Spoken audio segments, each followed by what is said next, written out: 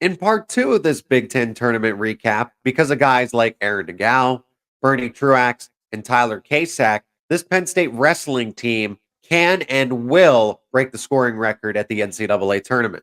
You are Locked On Nittany Lions, your daily podcast on the Penn State Nittany Lions, part of the Locked On Podcast Network, your team every day. Welcome into part two of this Big Ten tournament recap as Penn State secures its 8th Big Ten title as a team, second in a row, 5 individual champions. I'm your host, Zach Seyko of the Locked On Nittany Lions podcast. He is Joe Smeltzer of NittanySportsNow.com. Special guest on today's episode, and today's episode is brought to you by Nissan. Are you the kind of driver that likes to push things a little further? Ever wonder what adventure could be around the next corner? Take the Nissan Rogue, the Nissan Pathfinder, or the Nissan Armada and go find your next big adventure. Check them out all today at nissanusa.com.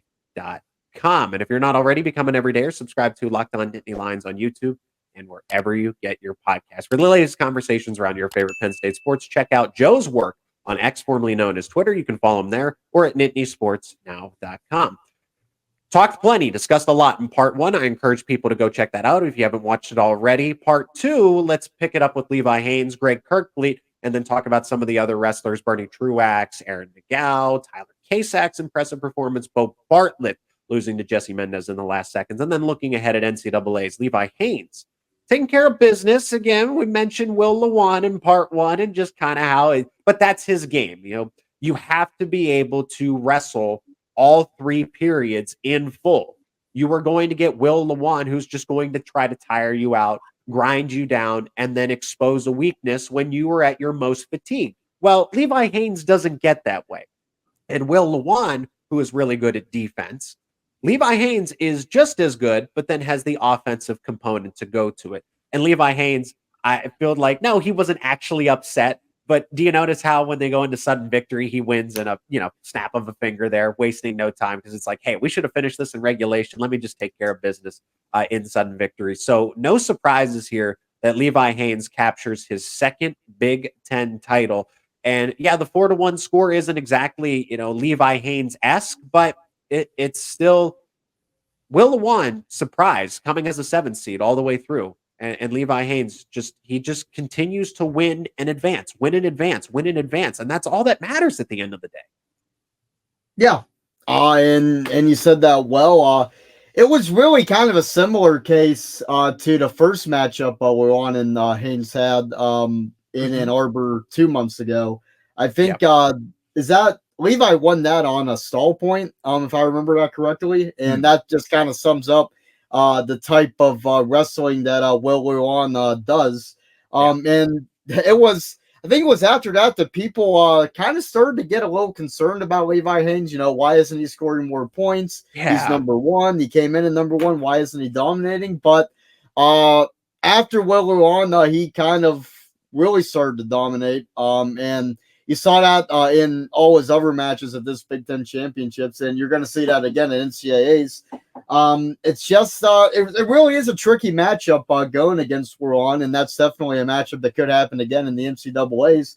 But the important thing for Levi is when you're wrestling a guy like that, you can't worry too much about style points. You just gotta get the W. And Haines has gone the W twice against Lewan, and I see no reason to think anything would change if there is another matchup. But overall, we've seen what Levi Haines could do against everybody else he's gone against at 157. So I like his chances. He had a great NCAA championships last season, and he's the top dog at 157. And although it didn't look too pretty, he remained the top dog at the Big Ten championships too. Yeah, this is his class to lose. Kind of similar to Aaron Brooks, Joe, is the fact that I feel like he's all alone. I feel like 157 is his class. Now, I would say Aaron Brooks has a little more distance between himself and the next man up. But Levi Haines, it has a similar type of conversation here. Maybe the gap isn't as wide between his fellow Penn State teammate and the rest of that respective weight class, but still, I expect Levi Haines to win an NCAA title. I expected him to win a Big Ten championship. Do I think every match is going to be a major decision or a tech ball? No, because I would side with Levi Haines' defense as opposed to his offense if I had to pick which side of it is better. Definitely his defense and just how he is able to just break down an opponent. But because of all those qualities combined together, no Austin O'Connor over at North Carolina this time around. Nope. He will be able to capture his first NCAA crown when that rolls around in just about 2 weeks here. Yeah, absolutely. And he's only a sophomore, so Only a sophomore. He's going to have some time regardless. But this is a guy that should be, Zach, a multi-time champion. The three-time champion should be in the culture, and there's really no reason why it can't be. And that all starts it started last year with that run as a true freshman, but it's going to continue in a few weeks in Kansas City. And I think if Haines could get the job done here, he could join a pretty slim group of Penn State wrestlers to win 3 national championships. I don't have that number off the top of my head. I know Ed Roof did it. Bo Nickel did it. Carter Srirachi and Aaron Brooks have both done it, and hopefully both, assuming Carter can go, have a chance to add to that. But it's not as exclusive as 4, but it's still a pretty exclusive club. And I think if Levi can get the job done in a few weeks, he'll be well on track to joining that club by the time he's done at Penn State. Greg Kerkvliet wins the heavyweight title, and I think this was an interesting point that was made. He went from 4th to 3rd to 2nd. Now he wins the Big Ten title. So after a long time here, and he still has that additional year of eligibility. We'll see what his decision is if he decides to leave, or if he to wrestle one more year, or if he decides to say, hey, move on, I'll compete in other categories in the sport of wrestling. I don't think he would ever enter the transfer portal. But that was the heavyweight class for the Big Ten, I don't think is as strong. And that's nothing to take away from Greg Kerkvliet, but he's that much further ahead of the Big Ten conference now when it comes to the overall heavyweight class. We'll see. NCAA's is going to be a lot tougher. But when Nick Feldman is the number 2 seed, now it's because he's inexperienced. He's younger. But Nick Feldman can score some points, and Greg Kerkvliet, gave up that early takedown, but then responded accordingly. I think, a switch flipped on. He said, whoa, I got to wake up here because I dominated him the first time. Now he's coming at me a little more seriously this time around. And that's just the difference right now of where Kerkvliet is versus where Feldman is. But kind of the same thing. I expect him to do more of the same in NCAAs. I think he's the number 1 wrestler in the Big Ten in the country, and it shows.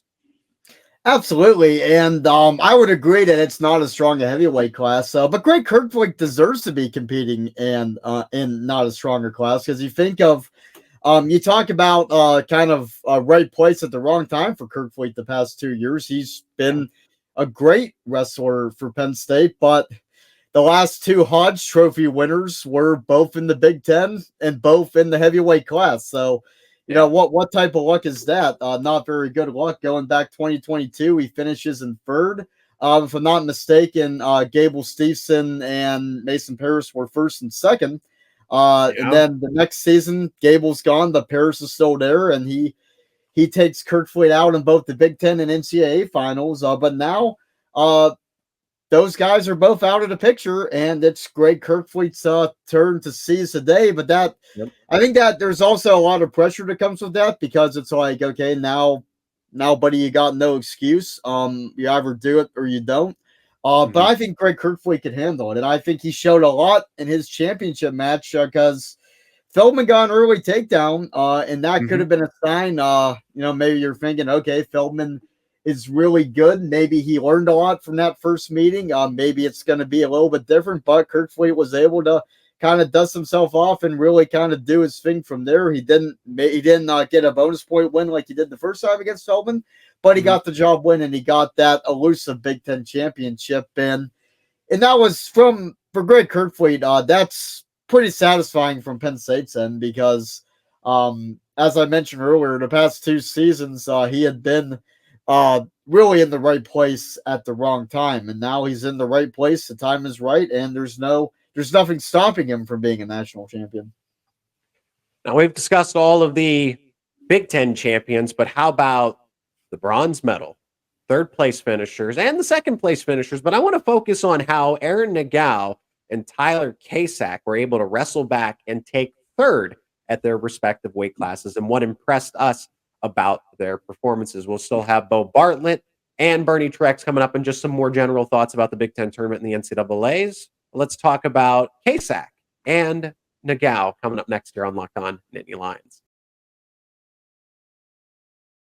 And this episode is brought to you by Nissan. Are you the kind of driver that likes to push things a little further? Ever wonder what adventure could be around the next corner? Our friends at Nissan have a lineup of SUVs with the capabilities to take your adventure to that next level. Take the 2024 Nissan Rogue. It's perfect for city drives and great escapes. Class exclusive. Google built-in is your always updating assistant to call on for almost anything. Gone are the days of connecting your phone. Google Assistant, Google Maps, and Google Play Store are built into the 12.3 HD touchscreen infotainment system. The 2024 Rogue is the perfect midsize crossover for your next adventure. Or how about the 2024 Nissan Pathfinder? It has room for up to 8, an expansive cargo capacity, and advanced available 4x4 capability. With 284 horsepower and up to 6,000 pounds towing, when adventure calls, the Pathfinder is there to answer.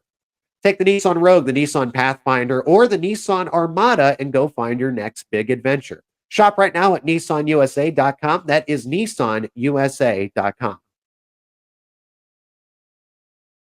The Locked On Podcast Network is making history. Locked On has launched the first ever national sports 24/7 streaming channel on YouTube, and now you can find it on Amazon Fire TV in the free Fire TV channels app. Locked On Sports Today is here for you 24/7, covering the top sports stories of the day with the local experts of Locked On, plus the national shows covering each and every league. Go to Locked On Sports Today on YouTube, and now you can find it in the free Fire TV channels app. If you want to keep up with what Joe does while I'm on X, formerly known as Twitter, and visit NittanySportsNow.com. I think we should begin with the freshman here. It's to start the second segment here in part 2. I encourage everyone to go check out part 1 if you haven't already. But Tyler Kasak, what he has done at 149 when he was not supposed to be the starter, Joe, going into this season at 149. And he has really impressed, right? He had to fend off David Evans for the starting spot. And he's just continued to come along. Winning by fall, pins his opponent in the third place bout. Kind of the same thing that I've said about Braden Davis. Like, oh, he's a freshman. He's a true freshman. This is his first year in the program. And he could, Joe, I've already said this. Most people will probably agree, but all 10 of these starters will finish. I think they will finish if everybody's right, healthy and everything, assuming Starachi. But because of wrestlers like Kasak, Penn State has a strong chance, and I think they will finish with 10 All-American wrestlers. Guys finishing all in the top 8. It really is looking like that, Zach. And talking about the freshman Tyler Kasak, we just talked about Greg Kerkvliet and how he had the roadblocks of Gable Steveson and Mason Paris. Kind of a similar type of deal with Kasak and the guy that's probably going to win the national title at 149 being in the Big Ten in Ridge Levitt. Kind of a tough draw there to get to the semifinals. But if that's your only setback in the Big Ten tournament, that's a pretty good tournament. And, it started with a pin and it ended with a pin. And just really, and you mentioned he wasn't even supposed to be a part of the picture going into this season. You had Shane Van Ness, who had a great NCAA tournament last season and was a guy that we were thinking would be right up there with Ridge Levitt at 149 and have a chance maybe not only to be an All-American, but to win the Big Ten national title for Penn State. But his season is over before it starts, which is just an awful break for Shane Van Ness. But you can't really say it was too bad, ended up being too bad of a break for Penn State. And that's no disrespect to Shane Van Ness, but that's just how good Tyler Kasak has been for Penn State. And just a very, very good tournament for Kasak. And, it's tough to run into a guy like Ridge Levitt, but I think both times against Levitt, Kasak hung around with him. He didn't get bonus point. He didn't get major, didn't get embarrassed. He hung around with him. And I think it's hard to see him winning a national title, but I think he's going to be in the picture as far as 149 goes, as far as maybe competing for a Final Four spot. I think he has that capability, and we'll have to see what happens. But yeah, the future is definitely looking good for Penn State wrestling with Tyler Kasak at 149 and with Shane Van Ness coming back. And we'll see how Kale is able to kind of maneuver that, but it's definitely a good problem to have. Oh yeah, it certainly is. And that's the pin wasn't even the most impressive part of this because he's close to Ridge Lovett. It's not like there's this long gap between the two of them. He wrestled him very competitively in the dual meet. Like he was right there and almost had a takedown in the final seconds. And then Ridge Lovett, of course, gets that. And then kind of the same thing here. I mean, they wrestled strategically because they know what the opponent is. And Lovett's just that much more advanced because he's that much more experienced. But it's the ones where you lose to Caleb Rachi, right? You lose to Caleb Rachi in the dual meet match, and then you turn around and you win, not 3-2, not 4-3, not by a 1 or 2 point margin. You win decisively 8-1 against a top 10 wrestler who beat you the last time. That is what's most impressive about true freshman Tyler Kasak. Yeah, and the much more experienced guy, Bernie Truax, did kind of the same thing, right? He lost to Lenny Pinto, gets Lenny Pinto in the semifinals, and beats Lenny Pinto. I thought Bernie Truax had a great tournament too, and he was one move away, one break away from winning the Big Ten Finals in sudden victory, but Salazar's pretty good, and he ended up winning in the end. But well, what's great about this tournament, Zach, for Penn State is that you can't really look at anybody and say, wow, they really underachieved. I think last season you kind of had that with Max Dean, right? He didn't have a great regular season by his standards. Right. He was national champion. That's a high standard. And then Big Tens, NCAAs, he just never really turned it on. Ended up finishing 9th, which is a pretty far cry from winning a national title. And Bernie Truax was the one, I think, that ended that national championship dream, if I'm not mistaken. But Beau Bartlett, him being a number one and not winning the title, you could maybe look at that as a disappointment. I'm sure Beau Bartlett looks at that as a disappointment. But then again, 141 is really kind of up for grabs, and we knew that the Jesse Mendez match would be a coin flip. It was a coin flip at Rec Hall in February. Bartlett ended up winning, and it was a similar type of deal in College Park, but this time Mendez was on the better end of it. But I think Bartlett has real woods figured out based on that match in Iowa City, at least, and I think it's going to be the two best guys at 141 were the guys you saw wrestling tonight. I don't think there's really any doubt about that. And it's just a matter of if that rubber match ends up happening, which we all hope it will, maybe the law of averages will be in Beau Bartlett's favor because he won the first one and it might be his turn to win again on the biggest stage. But maybe a slight disappointment with Beau Bartlett.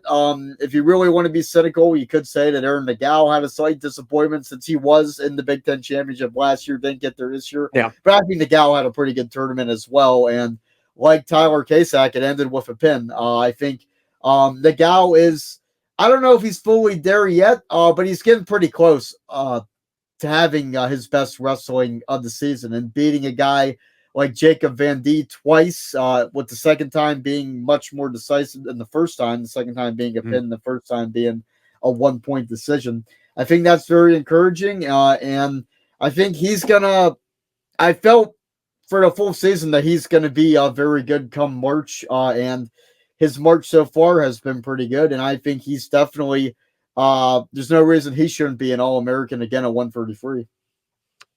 I'll pick up with your thoughts on Bartlett and then go to Truax and then circle back to Aaron Nagao. For Bartlett and what I have to say about him and Jesse Mendez, I mean, those two I feel like are the closest pair duo of wrestlers in any weight class where there's just not much far apart. That could have gone either way. Beau Bartlett, the way that he was just able. Now, I felt like this was I feel like this was Mendez's match this time around, just watching it and saying like, man, Mendez is really close to breaking through, and then he finally got it in the remaining seconds of the third period. But Beau Bartlett just being just a master technician on the defensive side of things, fending off Jesse Mendez, who was just very difficult to keep away, and he kept him away for that long. So He won the first time. I'm not surprised that they traded because it is literally a coin flip between the three of them. Real Woods could have beat Jesse Mendez at that point in time. I don't think that any of them are significantly better than one another. However, I will say that I think Beau Bartlett and Jesse Mendez are there at the top at 141, and then it's Real Woods after that. But the gap is not that far, and Real Woods is still a veteran of the game, of the sport. So don't count him out by any means. But it is very top heavy at 141 between those three wrestlers. As far as Truax goes, kind of the same thing. I thought he was close. I thought he should have won. I thought he had the takedown in sudden victory, and he just couldn't pull it off. I think there was a fatigue element to it as well. But I think he should have beaten Salazar. If you're looking at the box score, if you're looking at the scorecard, essentially, you see 8-1 in sudden victory. What happened? Bernie Truax, I think, is just a couple square inches away from getting a takedown, but Salazar, being intelligent, being smart, knew how to counter in the moment.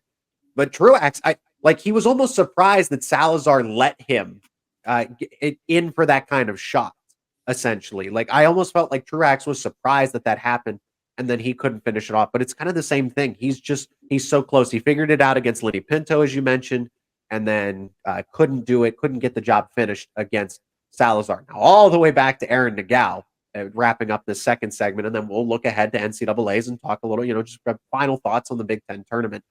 Aaron Nagao, I think, is there. I think he is, because Jacob Van D is a top 15 caliber wrestler, and we've discussed how difficult it is to beat any wrestler twice. Beau Bartlett can attest to that with Jesse Mendez, but Aaron Nagao does not have to say that because he beat Jacob Van D twice in the same tournament, back-to-back, almost back-to-back matches like that. And Nagao, I don't want to, Ragusin is a talented wrestler, but Joe, you look at that match between Nagao and Ragusin. Ragusin was stalling the whole time. He just danced around the edge of the mat. He stayed by the circle so that he knew if he was going to get into a scramble with Nagao, just swing the weight. And then you can, they're out of the circle, so we got to go back. And Nagao could have easily won that match had Ragusin not stalled. But that's besides the point. So Ragusin did it strategically. That's fine. He won. And then Chauver proved that Ragusin is not as good as he may look to be. I think Nagao is there. I just think he caught an unlucky break and referees not calling the match appropriately. But Nagao is certainly there, and this is when he turns it on in the postseason. Yeah, I'm glad you brought up Chauver, Zach, because Nagao had him in sudden victory at Rec Hall last month. And looking back at the time, it was looked at as a little bit of a disappointment that Nagao didn't win that match, because Nagao came in, I think, number 6 and Chauver was number 10. But Chauver, that's a national title caliber wrestler potentially at 133.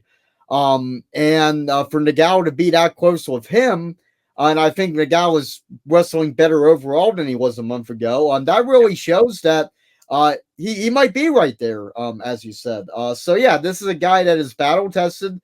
He wrestled Roman Bravo Young twice last season, made it to the Big Ten Finals, was an All-American at a very good school in Minnesota. And this season he's got more experience and almost a year at this point in the best wrestling room in the country, maybe overall of all time. That bodes well for Aaron Nagao. So I'm excited to see what he does. He's a guy that's not really going to be talked about too much relative to a lot of his teammates, but I think he's gonna do some big things in Kansas City. And remember, Aaron Nagao was dealing with an illness throughout the parts of the season, too. So him at 100% full strength will be a show when NCAAs happens in just about 2 weeks here. Now, coming up, early thoughts on the NCAA tournament and just some final thoughts on the Big Ten tournament surprises, standouts, all of that and more is coming up next on Locked On Nittany Lions. Today's episode is also brought to you by FanDuel, the official sportsbook of Locked On. Get buckets with your first bet right now on FanDuel, America's #1 sportsbook, because new customers get $150 in bonus bets with any winning $5 bet. That's $150 if your bet simply wins. Bet on all your favorite NBA players, all your favorite NBA teams with things like quick bets, live same-game parlays, exclusive props, and so much more. If you like a collection of bets, you can combine them all together into a parlay for boosted odds and boosted winnings. All you got to do is visit FanDuel.com/lockedon and shoot your shot. That's FanDuel.com/lockedon to get started. FanDuel, official sportsbook partner of the NBA. Remember, if you're not already, become an everyday or subscribe to Locked On Nittany Lions on YouTube and wherever you get your podcast for the latest conversations around your favorite Penn State sports teams.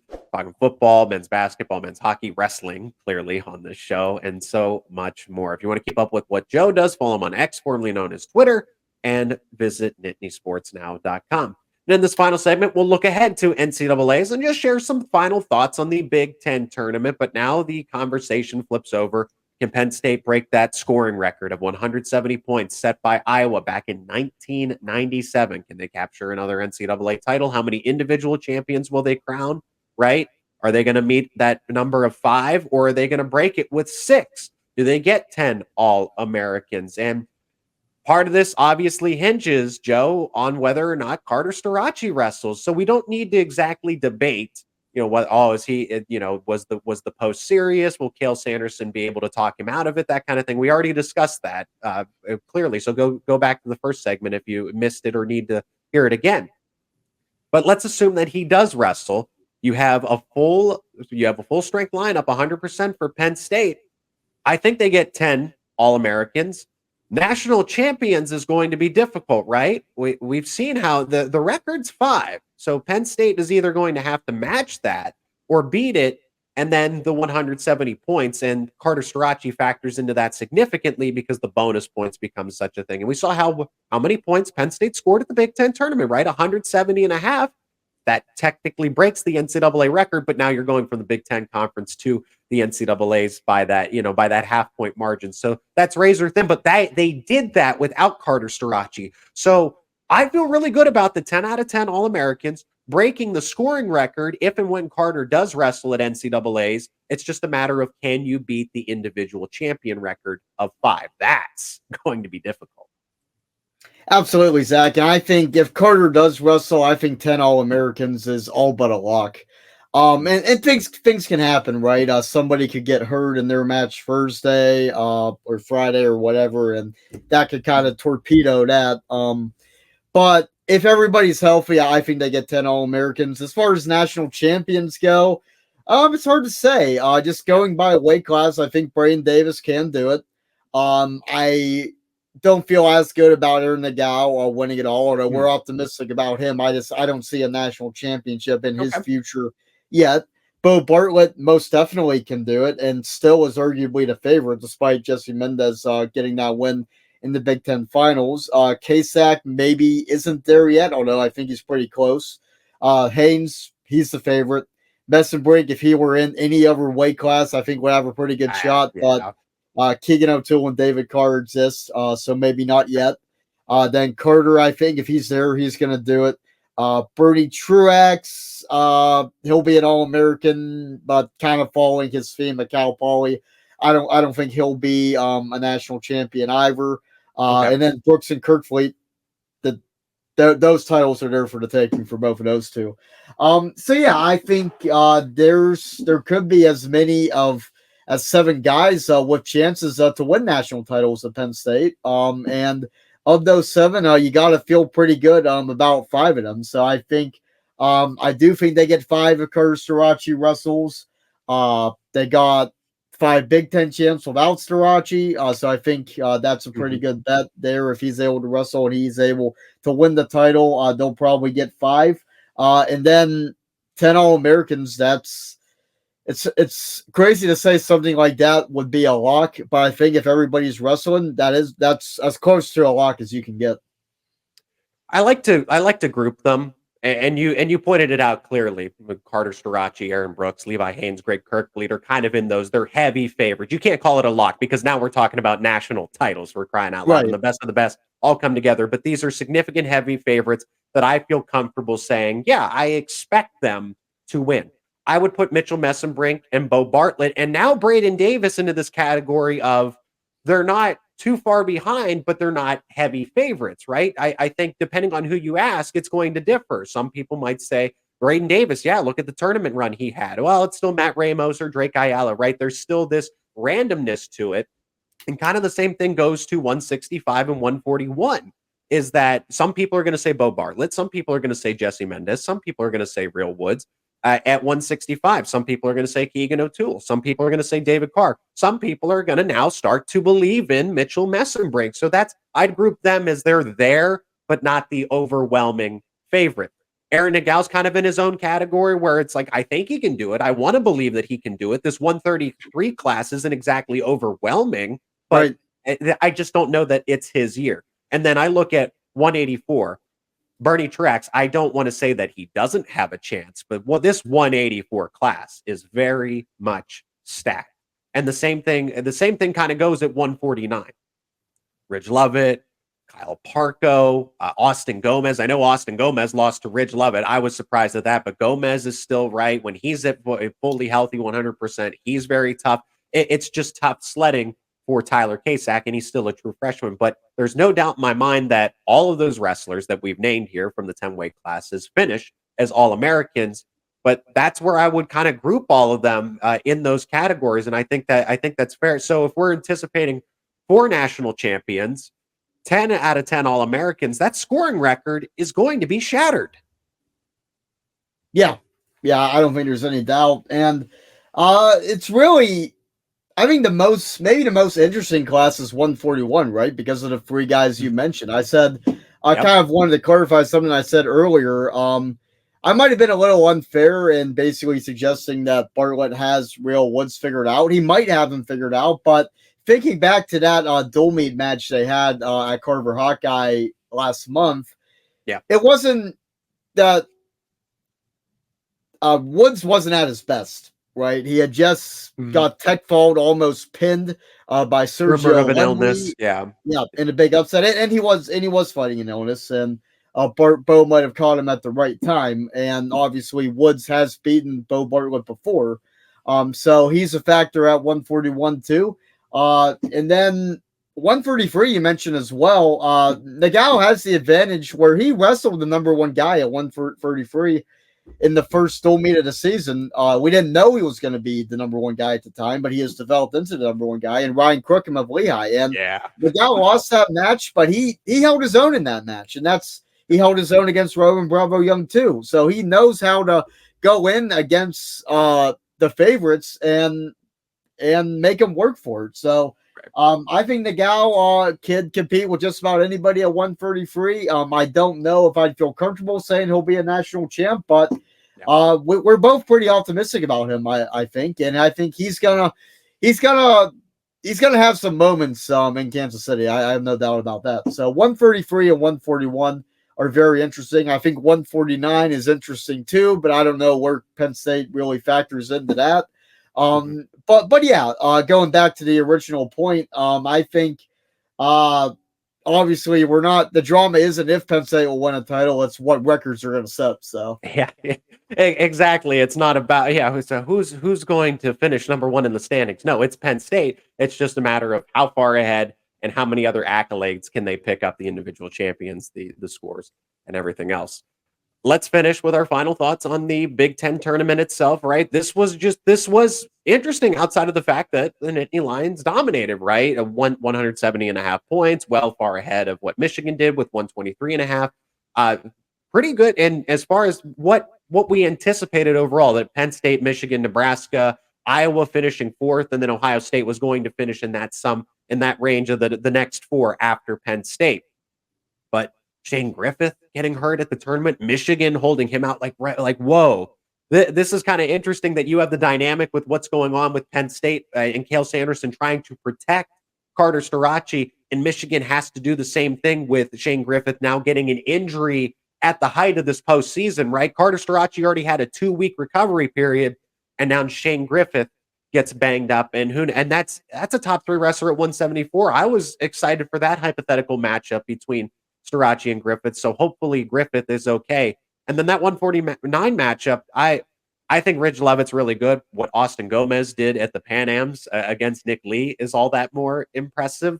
And I was anticipating Gomez, I think, is the best wrestler at 149. I just think Ridge Lovett caught him on his better day, right? Ridge Lovett was just better at this Big Ten tournament. But if they meet up again at the NCAAs, I fully believe that Austin Gomez can be your 149 NCAA champion. For sure, and he's been there before, right? 2023 didn't go so well for him, but 2022 injured. He was injured. Yeah, and he when he was healthy in 2022, he placed fourth. So he's a guy that could definitely be there. You mentioned 174. It's starting to look like that Carter Sirachi Shane Griffith matchup just isn't in the cards, and it's disappointing because going back to May, he said I owe Shane a whooping in that big tweet. These guys have history dating back to high school. They have both of them are national champions. And we thought that they would meet multiple times, and it turns out it might not happen even once. We thought they'd wrestle in Ann Arbor, but Sirachi was out sick. Then obviously the situation in the Big Ten championships, and now even if Sirachi can wrestle, it looks like Griffith might not be able to be. We hope that's not the case, but you definitely have to kind of ponder the possibility that maybe that dream matchup will kind of just stay a dream. Joe, we covered so much in these two episodes here, part 1 and part 2 of a full Big Ten tournament recap. Joe, I appreciate the time so much. I encourage everybody to go check out Joe's work over at NittanySportsNow.com. Give him a follow on X, formerly known as Twitter. If you like what we do here on Locked On Nittany Lions, subscribe to the YouTube channel and wherever you get your podcasts. Let us know in the comments what you think about the Big Ten tournament and the NCAAs coming up. Joe, thanks so much for the time again. I really appreciate it. And every time we get to talk wrestling on this show. Absolutely. Thanks as always, Zach.